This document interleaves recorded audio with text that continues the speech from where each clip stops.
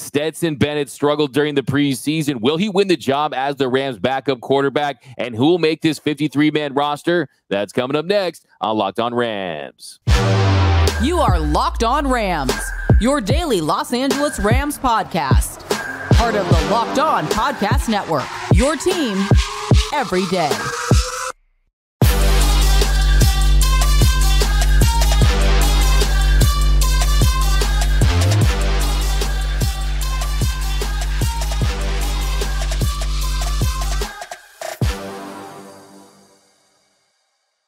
What is up, Ramley, and welcome to another episode of Locked On Rams, your daily podcast covering your four-time champion Los Angeles Rams. Free and available wherever you get your podcast. Locked On Rams, part of Locked On Podcast Network, your team every day. And if you haven't yet, be sure to subscribe to the Locked On Rams YouTube channel. Do us a huge favor and hit that subscribe button, hit that notification bell, hit that like button. Just past 8,000, trying to get to 9,000.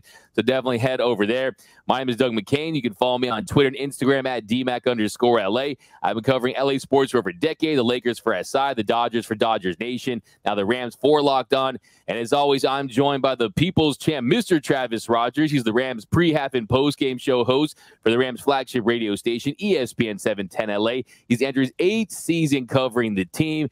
And Travis, we have a lot to get into on today's show. He's still unpacking the Rams' final preseason game. What to take away from Stetson Bennett? Do the Rams need to go out there and get a quarterback? Also, we've got the last round of cuts happening today. What should Rams look forward to? Also, a reminder that this show is brought to you by Gametime. Download the Gametime app, create an account, and use Locked On NFL for $20 off your first purchase. Last-minute tickets, lowest price guaranteed. Now, Travis, it's been a very interesting road for Stetson Bennett. We're really high on him after his first game. He showed some flashes. You saw the anticipation throws, but last two games have not been pretty. And in the finale, he goes 4 for 9 for 19 yards. He threw 2 interceptions. He took a sack. He just did not look good. And it feels like he's got a long way to go if he really wants to be a solid number 2 quarterback in the NFL. Yeah, there was a lot going on in that game, and none of it was good. It was, I think, the first time that I can ever remember somebody getting benched in a preseason game, because come into this game, Stetson Bennett was supposed to play the entire first half. Stetson Bennett was supposed to be the guy that got the majority of the reps and get another look at him before the end of the regular or before the end of the preseason and everything that comes along with that. And they hooked him, right? The only thing missing was that long, hook from vaudeville to pull him off the field, because he was terrible. There's no spinning it. There's no, well, it wasn't as bad as it looked. Yeah, yes, it was. It might have been worse than it looked, because there was nothing in there of value.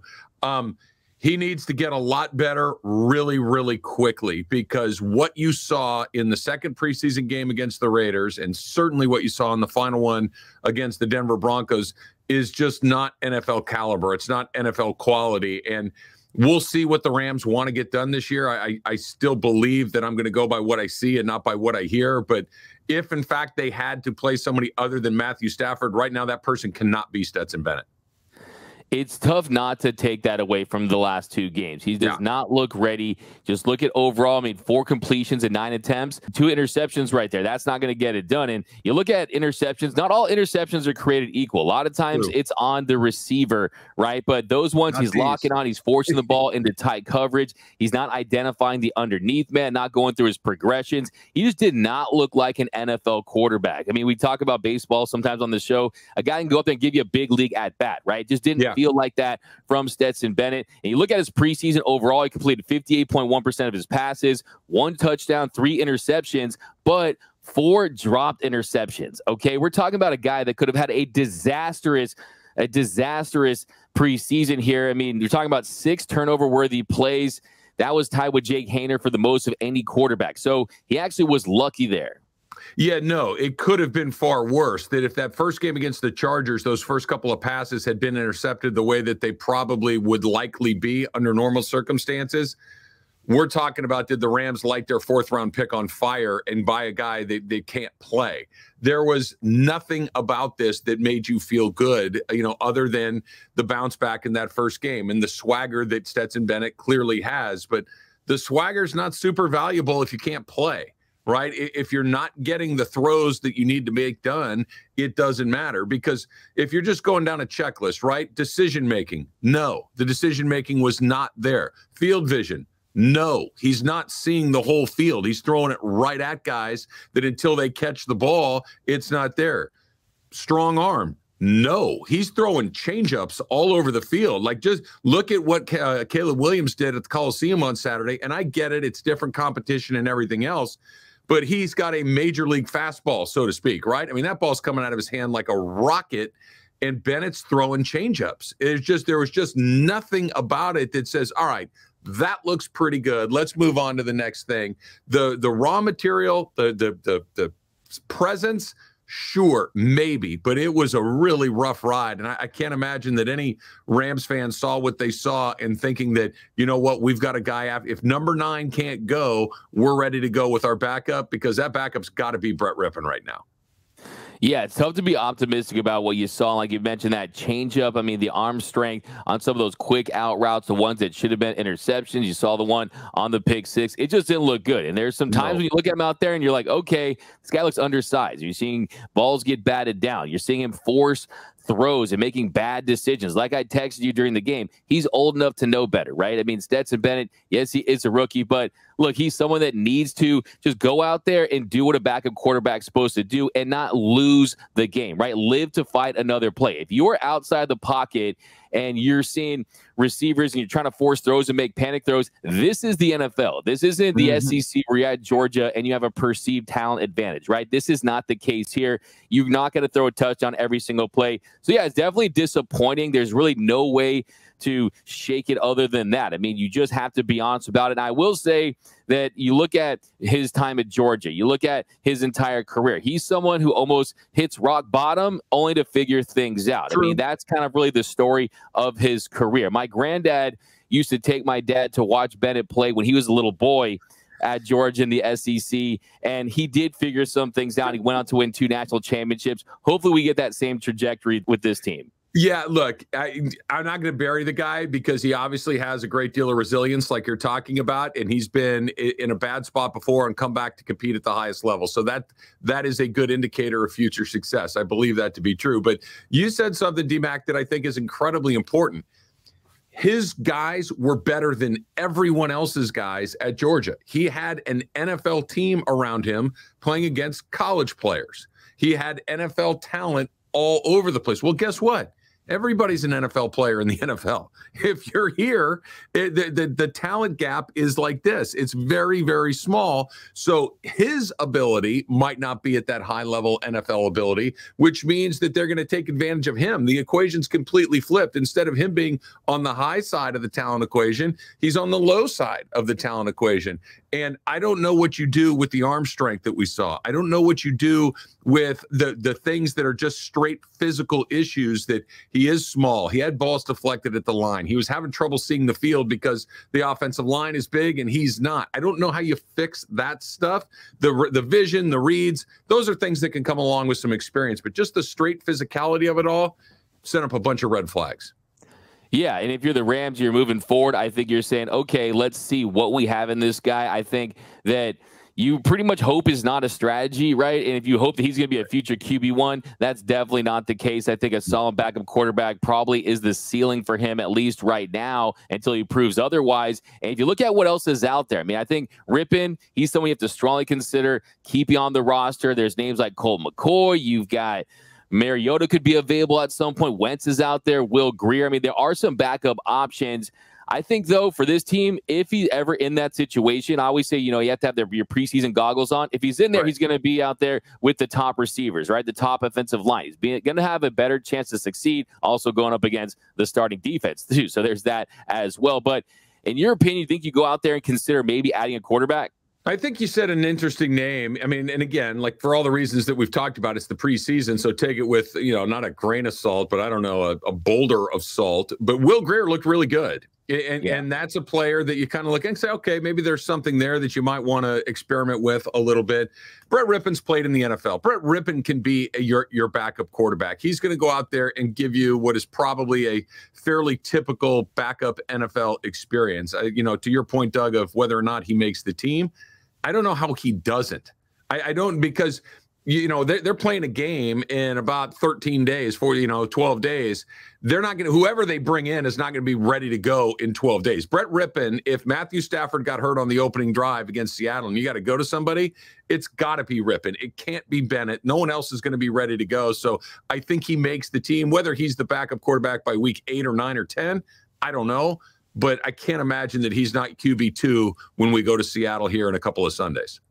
Yeah, I agree. In my opinion, I would say, hey, let Bennett get as many reps as possible if you need him in that situation, just to see what you can get from him in 24 and 25. And I think that if it gets to that point, you're pretty much already at a bad stage in this season. It's really gone south, so might as well see what you have. So I'm not selling all my Stetson Bennett stock. I still think there's a chance that he figures things out and he's a solid backup quarterback. But yeah, the early returns aren't good. I'm not going to sit here and take a victory lap, though, Travis, and say that I said back during the draft that the Rams should have taken Dorian Thompson-Robinson at UCLA. I'm not going to sit here and do that. No one likes the I told you so guy. I won't sit here and do that saying on April 28th, the episode at the 9:28 mark, I begged the Rams to take DTR. I'm not going to do that, Travis. So, hey, we're going to be fine. Let's just hope Stafford stays healthy all year. But, Travis, coming up on our next segment, we had our first round of roster cuts, and we're going to talk a little more about this roster coming up next on Locked On Rams.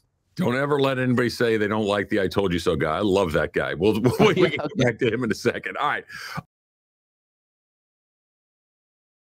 Every single year, I'm responsible for getting all the tickets together for my family. We go to the Rose Bowl every single year, and it's stressful and it's hard, and you're worried about it, right? It's not supposed to be like that, right? Buying tickets for your favorite events should not be stressful. And with the Gametime app, it doesn't have to be. Flash deals and last-minute tickets. Easy to find and buy tickets for every kind of event in your area, whether it's a concert, a playoff game, a local game, whatever it is, they got you covered. You can see the image of that seat that you're buying right there on the app. You got the lowest price guarantee, event cancellation protection, job loss protection. You got yourself covered. Forget planning months in advance. Gametime has deals on tickets right up to the day of the event. Get exclusive flash deals on tickets for football, basketball, baseball, concerts, theater, you name it. Snag the tickets without the stress with Gametime. Download the Gametime app, create an account, and use the code LOCKEDON for $20 off your first purchase. That's the code LOCKEDON for $20 off your first purchase on that Gametime app. Now, Travis, here in our second segment, we had our first round of cuts. The Rams ended up cutting 14 players.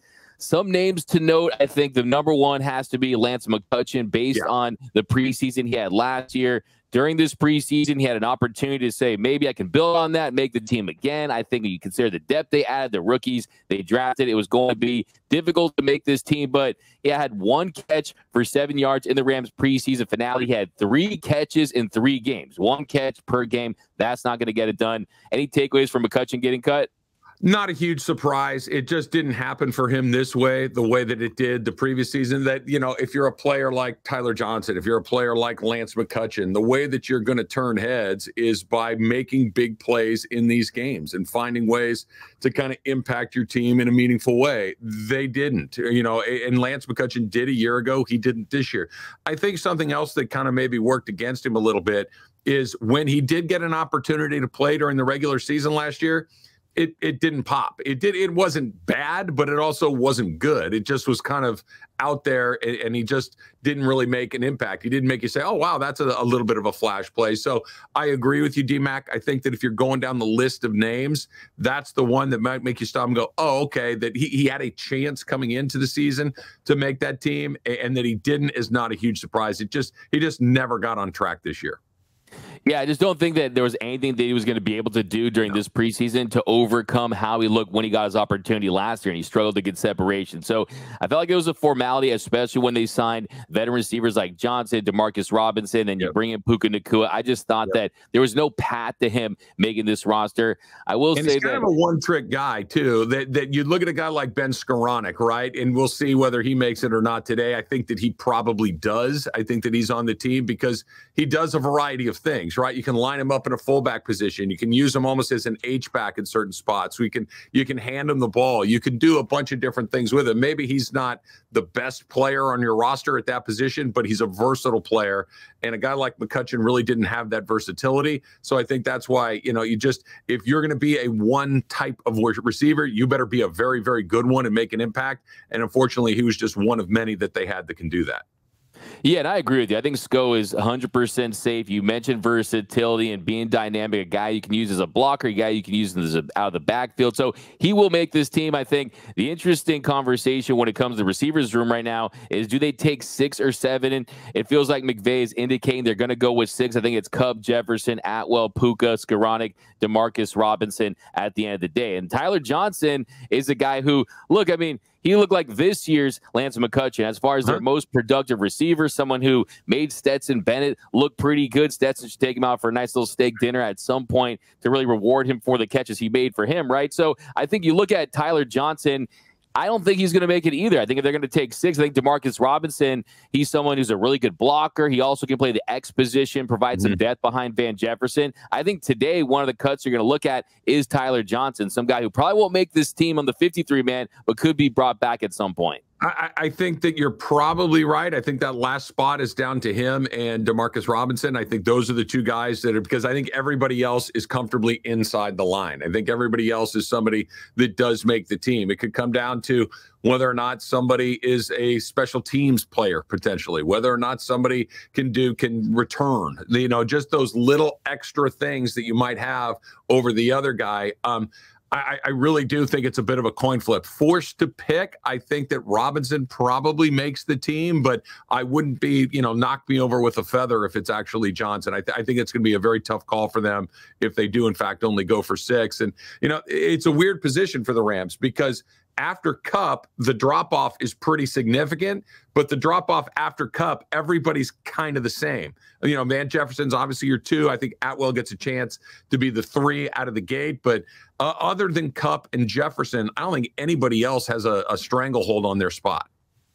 Yeah, no, I agree with you on that take for sure. I think you got Nakua, maybe not the beginning. They're going to give the runway to Tutu based on where he's at as far as his development. Then Demarcus Robinson could be WR4 and someone that, if he gets on the field, makes a few big plays like we've seen during training camp and his chemistry with Stafford. It's going to be tough to keep him off the field if he's productive. I like his experience and the fact he's a true veteran out there, going out there and can get the job done. Now, other guys, I mean, Karen McDonald, Anya Lebechi, linebacker, Tyon Davis, Tamarcus Davis, he was getting torched in their second game. Vincent Gray. Tanner Ingle is one that, look, he's someone, he made the most of his opportunity. He played 29 snaps in those three games. He had a sack, 2 tackles. He seemed like he had a nose for the football. He was very active. I think he was someone that could have had an impact on special teams. So he's someone that, he's an odd man out. You got Jordan Jones. You got Braxton Burmeister, who sounds like a comic book character. You got Christian Sims, Taryn Vincent, Sean Magin. I mean, are those guys anything stick out? Any reaction? No. And I don't mean to be disrespectful to anybody, but those were the guys that you envision being cut. Again, this is not a team that is loaded with talent. This is not a team like you go through these lines and hopefully all these guys find something, to somewhere else to play, another roster to land on, whether it's on a 53, whether it's on a 48, whether it's on a taxi squad, whatever it may be. I hope that they all land on their feet and it works out for them. But this is not going to be a stampede to the Rams facility to pick these guys up after the Turk takes them out, right? This is just one of those things that, it is what it is. The Rams are a team that has a certain level of expectation coming into this season. They weren't overly talented, especially on the defensive side of the ball. And I think that this is about what we saw coming. And I don't think you're going to see a bunch of these guys land on other teams. That's a really good point. That's always an indicator of how talented you are. I mean, for the Philadelphia Eagles, those players are probably going to get poached, right? When you look at the depth. I did the exercise yesterday of side-by-side comparing this roster with the 2021 roster, and there's a very big, significant drop-off. We'll do what you and I like to do on this podcast. The Everydayers will recognize this. I'm going to use the Dodgers as an example. You go around the Dodger roster, how many of those guys, the regulars that they play, those 12 or 13 guys that play very, very regularly, how many of those guys would play on other teams? All 12 of them. All 13 of them. Every last one of those guys would play on another team. Do the same thing with the Rams. If they got 22 regulars, how many of those 22 guys play? Maybe 7 or 8?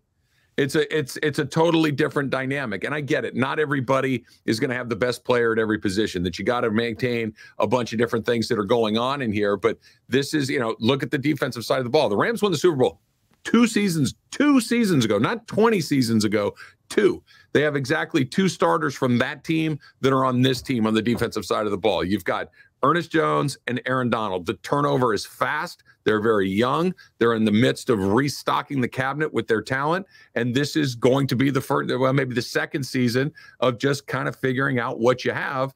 And that's life in this league. You don't stay great forever. Hopefully the lows don't last long, but I think that they're potentially in one of those spots right now. 100%. I think we'll probably use that as a topic in the next few days, because I don't know if you saw this, where Bill Belichick said that it's tough to just continue on with the Rams model where you're trying to go all in every year. That's not a sustainable model for obvious reasons. And that's why I'm not really upset, because we won the Super Bowl. You have the mission accomplished. Now the next step is kind of, like you said, filling up that cupboard, trying to see who you have next year when you have the cap space, when you have the draft capital. So hopefully you keep this minimal and you add another run to this core. Now, other names that could be names you see cut today: A.J. Arcuri, Royce Freeman, your Oregon Duck. He's probably going to be the odd man out. Tyler Johnson, we talked about. He's definitely on the bubble. Desjuan Johnson, I think he's someone who flashed. You saw that strength. I think he screams practice squad right now. Laurel Murchison, Kier Thomas is someone who's very productive, but could he be the odd man out? Zach Van Valkenburg, unfortunately, you can't make a team on your name alone. So we'll see. I mean, those are names that you really got to be looking for today. Yeah, I think that those are probably likely. I think the guys that have maybe a slight advantage over some others, or some maybe guys that can at least potentially go get the quarterback, that's a position that they have some need at. So if you have that skill set in your bag, maybe you're more likely to stay than not, but I think you're mostly right. Yeah, and I think with that, they're going to be monitoring closely the waiver wire, who becomes available after cuts. If they want to add a veteran, go that direction, I think they will. But coming up, how much do you take away from the Rams' 0-3 preseason? That's coming up next on Locked On Rams. And welcome back to Locked On Rams. Thank you for making Locked On Rams your first listen every single weekday, free and available wherever you get your podcast. Locked On Rams, part of Locked On Podcast Network, your team every day. Now, Travis, here in our third segment, we have to talk about the preseason as a whole, because it was not pretty for the Rams. They go 0-3. And not only that, offensively, if you look at the grades, PFF gave the Rams a 53.5 offensive grade, a 50.5 defensive grade. Those are worse in the NFL. Passing grade was at 34. That was the lowest in the league. And also defensively, a 49.7. That was low. And then to add insult to injury, a 40.3 special teams grade. That was 5.9 points lower than any team in the preseason. So I always say, look, preseason goggles, we get that. When you watch the preseason, to me, I always say it's like going to a school play and your kids aren't even in it. You're not even watching your kids in that school play, right? So it's not the real team. It's not the team you're going to be watching, but still, it was not pretty for this Rams team. It wasn't. And any spin on it is dishonest and disingenuous. It was not good. It didn't look good. It wasn't good, right? There's no spinning it. Now, there are some things that you got to put into the equation that are mitigating factors to some degree, which is they weren't trying to be good. They weren't trying to win these games. They weren't trying to get their best players reps in these games. Sean McVay doesn't give a damn about the preseason. As far as the results of the preseason, he's looking at it very differently. He's looking at it for what may be able to help him when these games actually start to matter. It was ugly. That final one, the 41-0 one, was just, it was a meaningless game played poorly. So it's a double whammy, right? So it was really hard to watch. The games against the Raiders and the Chargers weren't much better. So I get it. There were some bright spots. I think that we saw that Steve Avila is an NFL player. We saw that during this preseason. We saw that Trey Tomlinson is an NFL player, that Puka Nacua is an NFL player. So when you go to some individuals, you can feel pretty good. Ethan Evans, I think, is an NFL punter. He once after he stopped out kicking his coverage and it came back, I thought that he did a really good job. There were some other guys that did not, that I'm sure that we can get into as well. Absolutely. I could not agree with you more. I think that's the only thing you can glean from preseason is if you get positive takeaways like Steve Avila, like Trey Tomlinson, like Puka Nacua. If you get that, great. You say, okay, these are young players that we think we hit on. These are guys that we think can be meaningful contributors. That's awesome. But on the same token, on the flip side, if you see players that are bad, that's also good because it's part of the process of trimming the fat, of really identifying who's going to be on this team. So I don't think that, they lost and we get it and the optics aren't great. We understand that. But I think it's all about player evaluation of the guys that are in there because a lot of this evaluation is taking place during these joint practice sessions, during practice sessions. And the way that Sean McVay uses preseason, you're looking at vanilla coverages. They're not going deep into the playbook. So you have to consider that as well. So, of course, anytime your team wearing that helmet that you like, that jersey that you like, and you look at the scoreboard, it doesn't feel good, but it's a part of the process. It's a necessary evil. And I will say in 2021, what happened? We went 0-3, went on to win the Super Bowl. So, hey, get your tickets. Super Bowl's in Las Vegas, February 10th at Allegiant Stadium, Rams fans. Yeah, you maybe want to think twice about that, but I understand the point. Look, I like what you said, and I want to go back to something about there's one thing about joint practices, there's one thing about training camp, but there is something to be said about let's put on our uniforms, let's turn on the lights, let's turn on the scoreboard, and let's play a real game. And I'll use this as an example. Tanner Brown didn't miss a kick during workouts. Tanner Brown did not miss a kick during practice. Tanner Brown probably got himself fired on Saturday night.